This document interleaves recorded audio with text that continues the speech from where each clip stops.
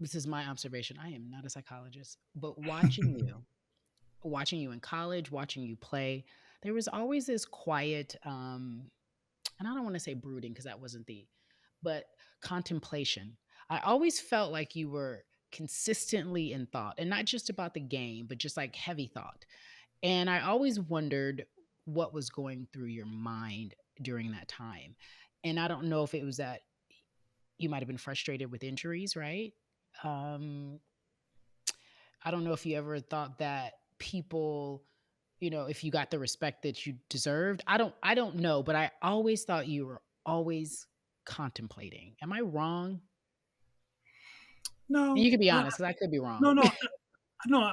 I think I'm a thinker. I think I think personality wise. I mean, look, I'm in media, so Right. we're paid to talk and have an opinion, and um, but I think my nature is to be to myself and somewhat introverted.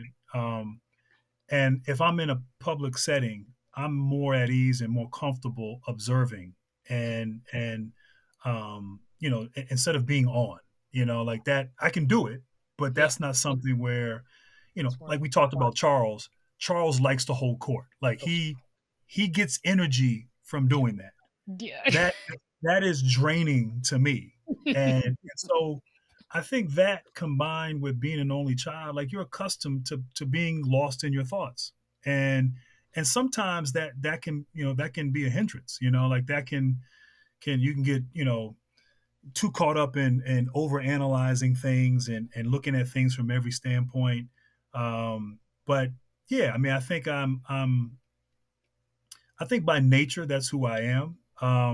I think at different stages of my career, when I got hurt and I came back, I mean, early on in my career, my career was kind of all over the map in terms of what I experienced. But um, there was an interesting, how do I put it? Um, I was kind of uncomfortable with the limelight and the attention. I didn't run from it. I didn't do Tim Duncan and just keep quiet and play. I leveraged it. I monetized it. I made money off of it, but it was never something that I was comfortable with. Okay. And so part of that is I'm private. Part of that is I just don't like the attention on me.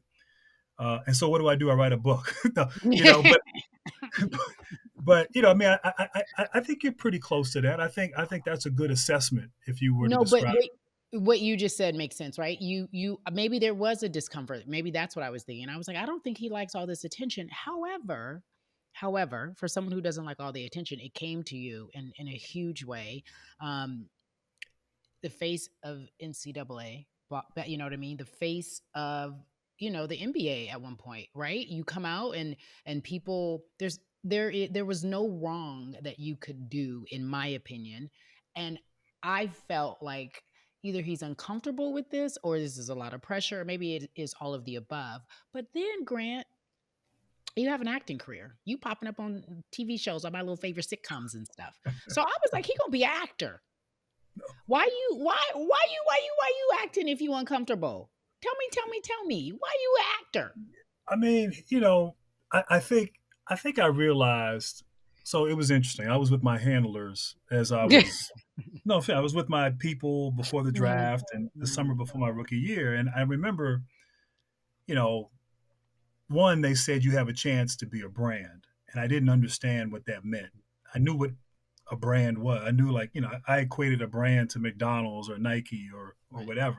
I didn't think an individual was a brand. It right. just shows you how much, everyone now is very brand awareness, Yeah. conscious of their brand. But back then, that was something that I had to process. And then I remember, like, I said to everybody, I said, I want to know and I want to feel what it's like to be Michael Jordan. Mm. And what I meant by that was, to me, he embodied excellence. He won. He was the darling of Madison Avenue. He was the face of the league. And so to me, he was the standard, and really kind of, has been sort of the standard ever since. I mean, LeBron and others have been able take that maybe and go to a whole nother level in some respects. But like Jordan was the gold standard, and um, so to me that meant I was I was on a trajectory of success. I was going to be go down as maybe one of the greatest, and so all that encompassed was what I wanted, or at least I told myself I wanted. But then as I got into it, I wasn't like I didn't necessarily enjoy all of it. I didn't enjoy all the attention. I didn't enjoy, going out and all eyes on me. I had a bucket list you have to go on, like living single, like you have, and so the funny story with that is that so they asked me to come on. I said I would do it. I flew out to LA, and they'd have a table reading like on a Thursday. So they send the script to the hotel, and I don't read it. Like, I'm not gonna read it. We got a whole week of rehearsal. So I show up at the reading, and as we're going through it, I'm like, oh crap! Like I'm in a lot of scenes. I'm sitting there like, and then I have to like, I gotta kiss, and they got me singing. Like I'm sitting there like, how am I gonna pull this off? I was, and so then it hit me. I was like, I don't think I can do this. Like, and I remember I called my agent and I was like, I need to back out of this. Like, it's too much. And they were like, it's too late. They've already committed. They're on a site, they're on a schedule. And so everybody was great. Dana, Queen Latifah, she was awesome, the whole set. But like, I'm not I wasn't a PDA guy. Like at that point, like I didn't hold hands. I didn't like to kiss in front of people. Like, and now, you know, so we go through the week, we rehearse, and it's really funny. I had a multiple sort of kissing scenes with Queen Latifah.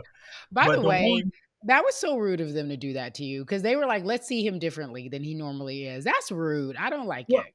no, but I don't mind. I mean, in the long run, being taken out of your comfort zone is a good Yeah, thing. yes, And yes, sure. and so, but we never rehearsed the kiss. There was one kiss where we're on the couch, and it was like one of those things where like you just kind of stare at each other, and then you just go for it. And but we never went for it in rehearsal. And so I didn't know, like, is this a real kiss? Is this a fake kiss? Like I didn't know You didn't where we ask. were Oh, going wait, with this. time out, time out, time out. I need a 15. You didn't ask those questions. You didn't say, do I have to look at you and then go do a real kiss? Because I would think I would establish that first. Like, is it tongue? Is it not tongue? Like, you didn't ask those questions?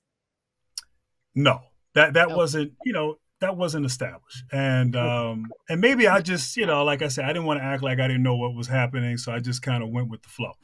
And then the scene was, I won't say whether it was a real kiss or not. I'll, out of respect, I won't say what that was or Da, da, anything. da, da. But I Okay. will say that the scene was we kissed to dark, so it went to commercial, and they were going to cue us when it was done. So we never rehearsed that. We just rehearsed up until that. So then I can't believe I'm telling the story, but anyway, so then we actually live studio audience. We're in the midst, and then they don't cue us, and so it's like for a minute, and like it. So there would be so anyway that so thankfully we only had to do it one time. But anyway, I say all that to say that like I was not a PDA guy. I was not someone like acting, and here I am like in every scene, and every once in a while they replay it because you'll see on Twitter people will talk about the Latifah scene and whatever. But yeah, I mean that was You my kissed her for a minute and they didn't cue you guys to stop. yes. I think that might have been, I think she might have said, don't cue me. Look, Because I he's don't know what fine. happened. Like I Because said, I he's was a fine. guest. I was a She guest. was like, he fine. And I'm just like, whatever. You don't Well, want to hear that. You don't want to hear no, that. respectfully, I mean, look, it was a fun experience. It was like I said, it was one of those bucket lists. I will say this: I was never asked to come back and act. Okay. So clearly, it was a one and done opportunity.